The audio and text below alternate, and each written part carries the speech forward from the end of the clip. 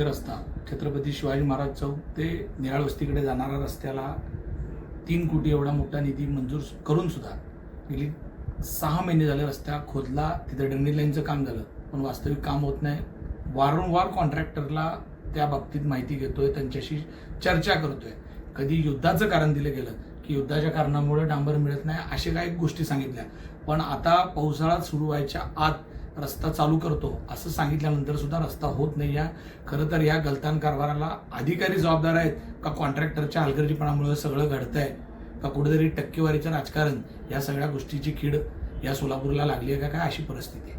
वारंवार मी सांगतो की हा रस्ता झाला नाही तर आम्ही आंदोलन करू असं मी आयुक्तांपाशी परवाच एक पत्र व्यवहारात करून सांगितलं सुद्धा होतं की साहेब हा मुख्य रस्ता आहे आणि आता त्याला लगत असलेला जो छत्रपती संभाजी महाराजांचा चौक ते शिवाजी महाराज चौक या रस्त्यावर सुद्धा आता 2 ठिकाणी JCBने आता तुम्ही बघितलं असेल खोदकामाचं काम चालू आहे.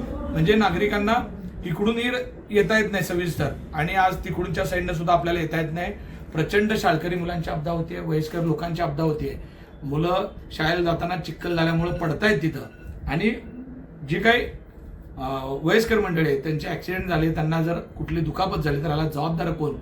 खरं तर नगरचौक आम्ही किती पाठपुरावा करायचा, सत्तेत बसलेल्या सत्ताधाऱ्यांना या सगळ्या गोष्टींचा तीळ मात्र फरक पडत नाही. त्यांना वारंवार या गोष्टी लक्षात आणून देऊन सुद्धा कुणी या गोष्टीकडे लक्ष द्यायला तयार नाही. बापू, आपणच या प्रभागाचे नगरसेवक आहात आणि तिथंच हे रस्त्याचं काम होतं. प्रभागाचा मी नगरसेवक आहे, वारंवार त्या गोष्टीसाठी पाठपुरावा करतो. पण या तुम्हीच आत्ता बोलताना सांगितलं की आमदार फंडातनंही पैसे दिले गेले. आमदार फंडातनं पैसे दिलेत, आमदार फंडातले पैसे ज्या कॉन्ट्रॅक्टरकडे आहे काम ते दुसऱ्या आमदाराचा कार्यकर्ता आहे. म्हणजे या 2 आमदारांच्या कार्यकर्त्यांमधला ह्या रस्त्याचा वादात हे पडलंय का काय अशी परिस्थिती.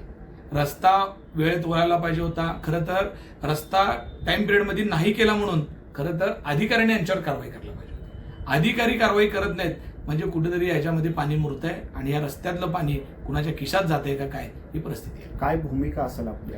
नाही, आता नागरिकांच्या आरोग्याला तुमच्या ह्याला धोका होत असेल तर आम्हाला रस्त्यावर उतरून त्या खड्ड्यात उतरूनच आंदोलन केल्याशिवाय कुठलाही पर्याय राहणार नाही. लाईक करा, कमेंट करा आणि हो सबस्क्राईब करायला विसरू नका.